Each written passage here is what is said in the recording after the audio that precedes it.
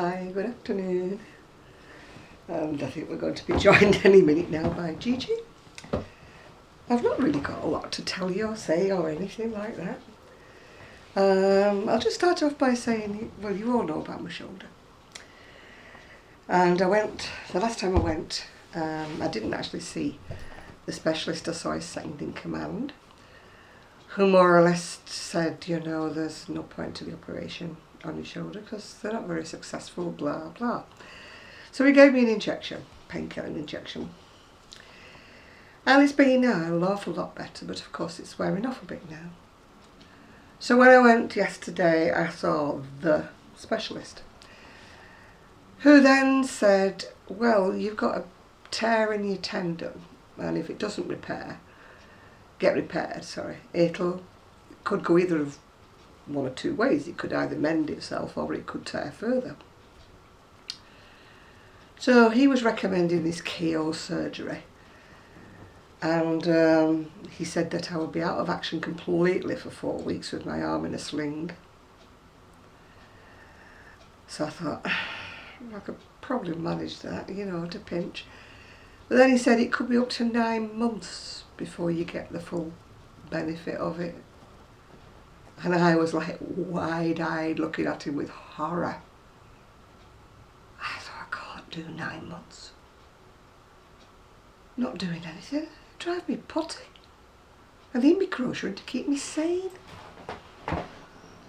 So I said, I want to think about it. I said, can I not have more injections? He said, no, injections don't solve the problem. I thought, well, they kill the pain. So I said, how about pain patches? Can I just not have pain patches? So he said, well, I'll give you 4 months to think about it. And he said, if you don't want the operation then I'll have to discharge you. So I'm thinking, oh my goodness. First of all, his second in command saying I wouldn't let them operate on my shoulder, blah, yeah. And then he's saying that's the only thing that you can do. Meanwhile, I know the lady round the corner who's had this similar operation to what they want to do on me, and she's never been right since. And I've heard of other people and all who've had problems with their rotator cuff, is it, or something, not been right since. So I come back home telling my son all this, and he goes, well, it's either a little bit of time out of your life and that. You can't say you don't want the operation just because you don't want to get it to interfere with your crochet. I thought, oh yes I can. He said, so you'd rather have a lifetime of pain, would you, than 9 months not being able to do anything? And I thought, well, I live on my own. Having it's a left arm, but having my left arm in a sling would absolutely, how would I wash dishes? How would I get dressed? How would I do the normal things that you do that you need 2 arms for? If I've got to have it in a sling like that, anyway, I'd be frightened of having a frozen shoulder. So he was a bit annoyed with me because I'd decided that for the moment I just don't want the operation.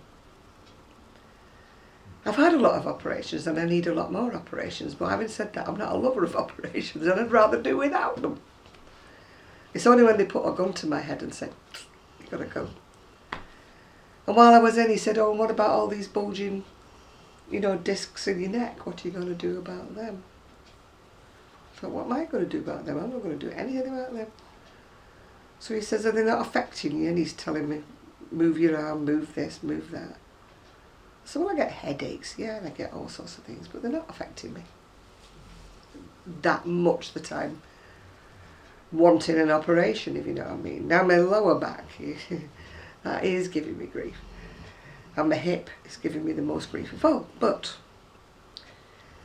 they wouldn't interfere with my crochet, would they? Having my hip done, I could still use my arms, yeah. Having my back done, I could still use my arms. Having my shoulder done, not a fan. Anyway, today I've just been paying a few bills, paying for the windows. That took a huge chunk. And paying the solicitor, that was another, well, not a huge chunk, that was a chunk. So now I'm waiting to get the estimates now for my decking and a walk-in shower, and hoping that what I've got left in the bank account is enough. Yeah. You might think I've always been scratching about saying I've got no money. I really do not have any money. What I've done is sold half my house to equity release, yeah.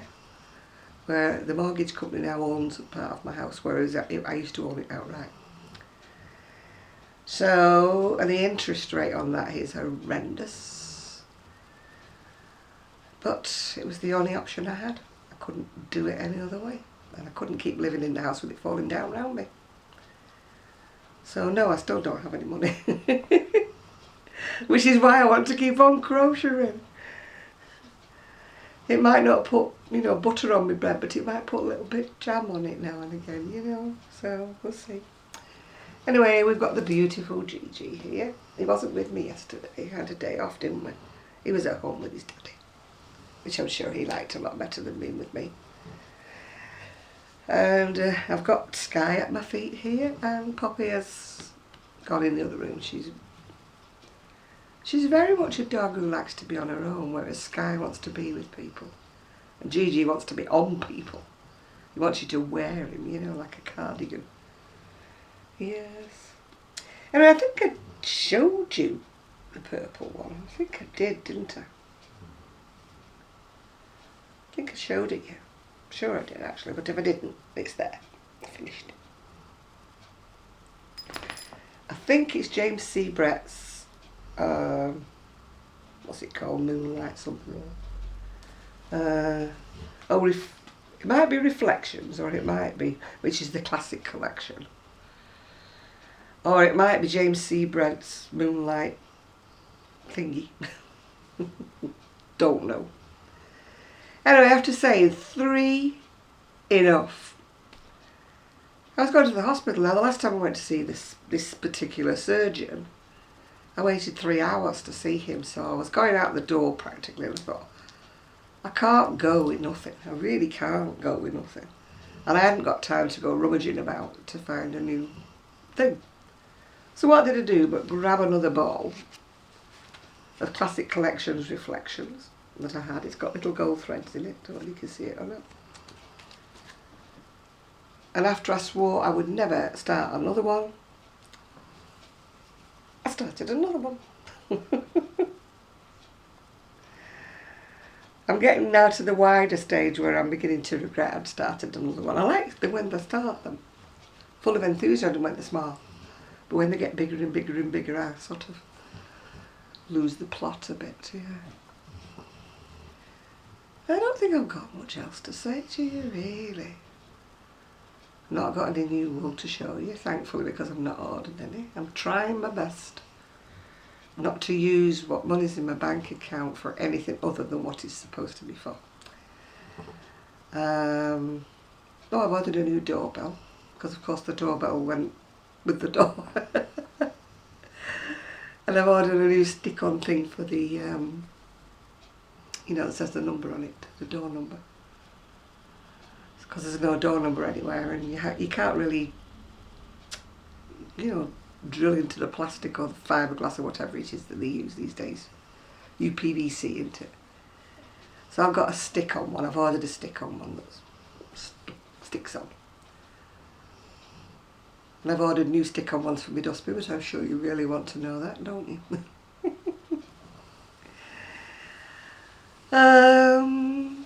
There's not an awful lot really. Nothing much at all. I'm just stuck now at the moment waiting for an estimate. Oh, here comes Poppy. I can hear her jingling. She's going to not leave. Oh, she didn't. They've got new identity discs and they're jingling.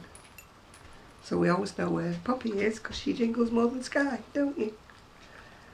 Oh God, they're disgusting, they're licking each other's mouths. I suppose it's a doggy way of kissing, isn't it really? Except it's a bit more gross. I wouldn't like any man to come to me and start licking. I did get a compliment yesterday actually when I was in the hospital. I was struggling away, I admit. Oh, Poppy, watch it. Watch it, Poppy. Sit down, please. Sit. Poppy, sit down. She's going to knock everything flying. While I was walking down the corridor with my little wheeler, I could hear something behind me.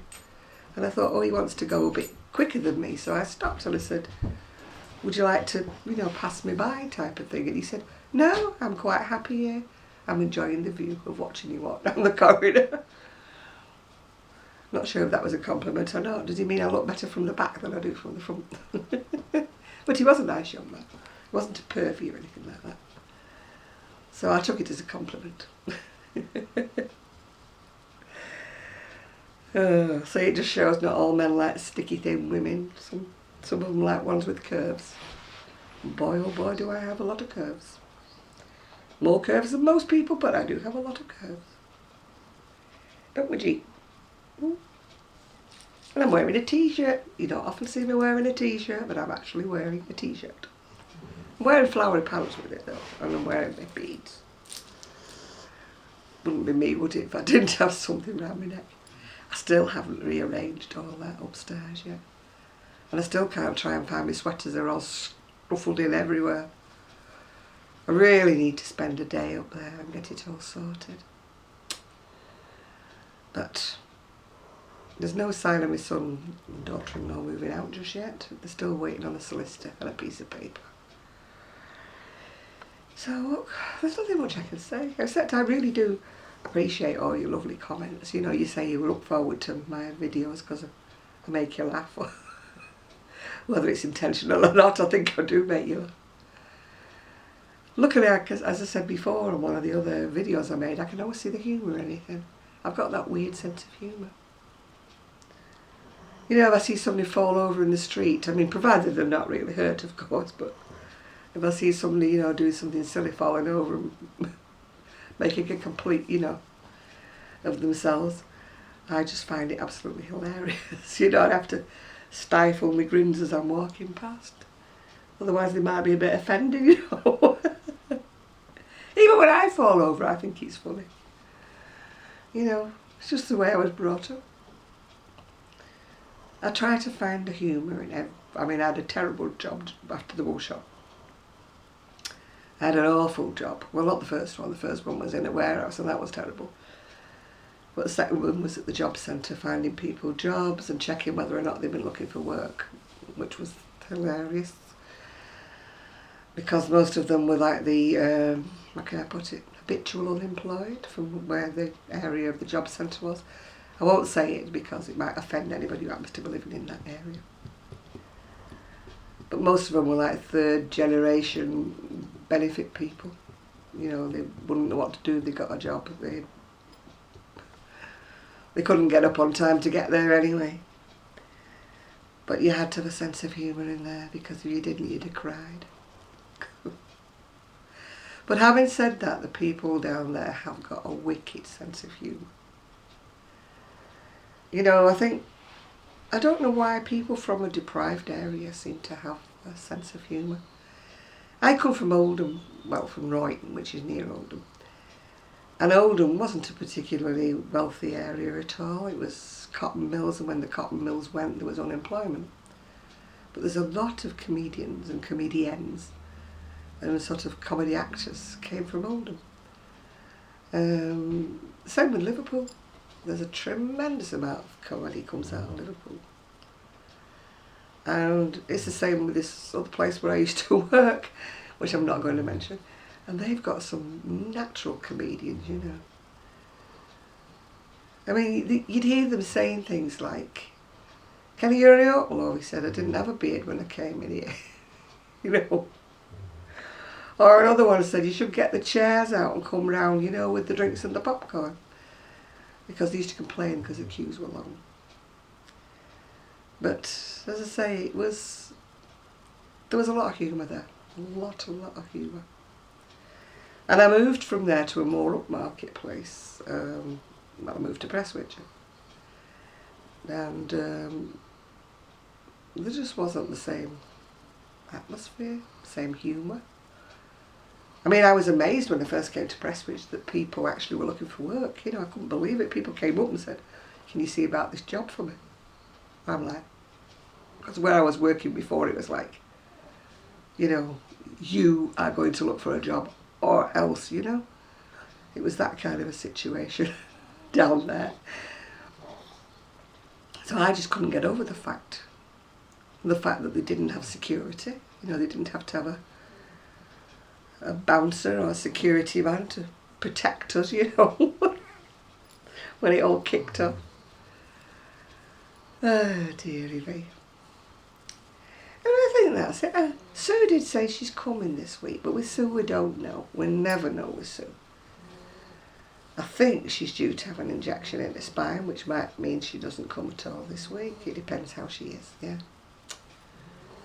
So, because the first 2 days after she has an injection in her back, she's usually a bit rough. I mean, it didn't affect me, actually. Maybe that's why it didn't work so well. You know, I was like up and running. I felt as though somebody had kicked me in the middle of my back, but apart from that, you know, and I had a massive bruise where they stuck the needle in. But apart from that, I was fine. But Sue, it just seems to affect Sue a lot worse than me. Maybe it's where they actually put the needle. Maybe they have to put it in a different place. Or maybe they didn't put mine in the right place. Who knows? Who knows? Anyway, I will charge up the camera after I've made this video.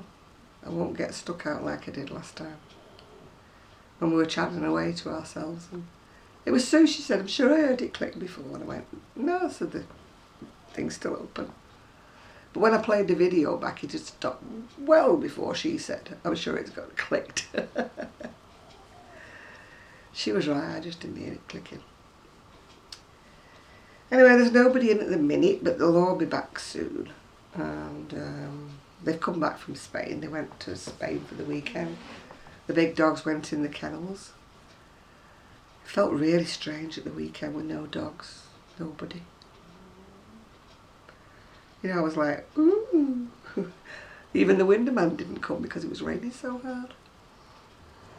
I thought this is preparation for how it's going to be when they're not here anymore. Get used to it. Felt nice, I must admit. It did feel nice. Yeah. Not having to creep about, because I go to bed so late and they go to bed much, much earlier than me. I think I told you, didn't I, that the house creaks like mad. So I'm like trying to creep up the stairs without treading on. The trouble is every stair creaks. So you can't like miss a stair, you know, or I've tried walking in the middle, I've tried walking up either side of it, I've even tried going up on all fours to see whether I can spread the load a bit. But none of it works. They just creak and groan all the way to the top. And the landing, I'm sure there's some some screws missing, because when you walk over one bit it feels like the floorboard goes boop boop. Sure it doesn't, but it feels like it does. And I try to avoid that floorboard, and the more I try to avoid it, the more I step on it. Anyway, Gigi is settled down on my knee, and he's going to get quite cross with me because I'm going to put him down because I need to turn the camera off. I don't have one of these remote control doodle bugs. I don't have a selfie stick. I'm not of this world. Or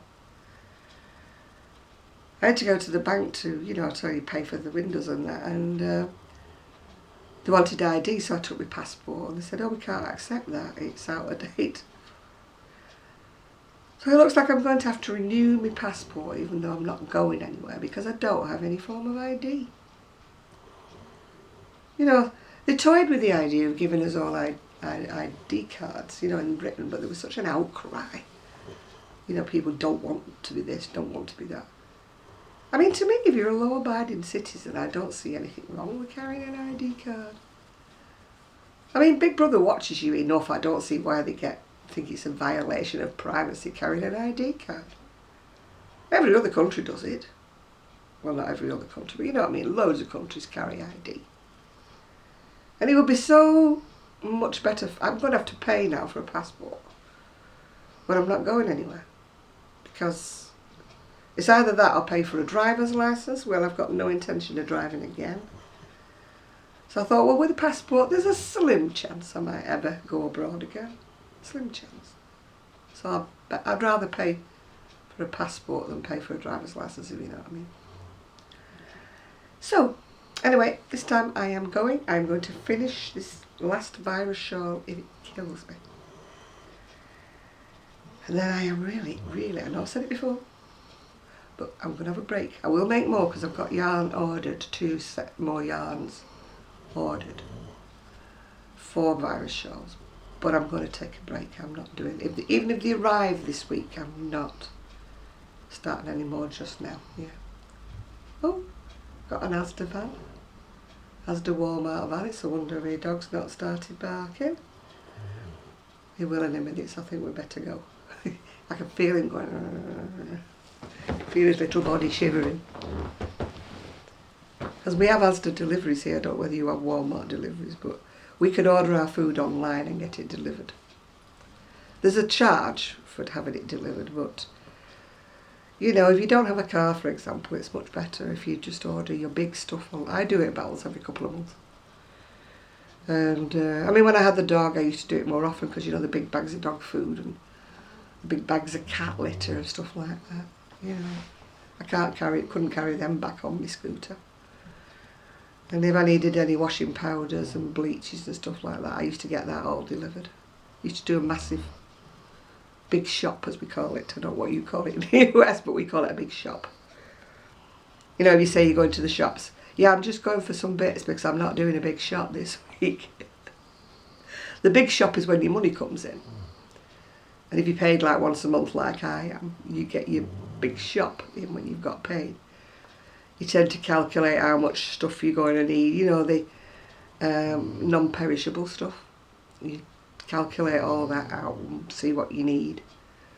And then you get that, and then you do your little shops in the middle of the, in between, yeah. Your perishables, you get them in between.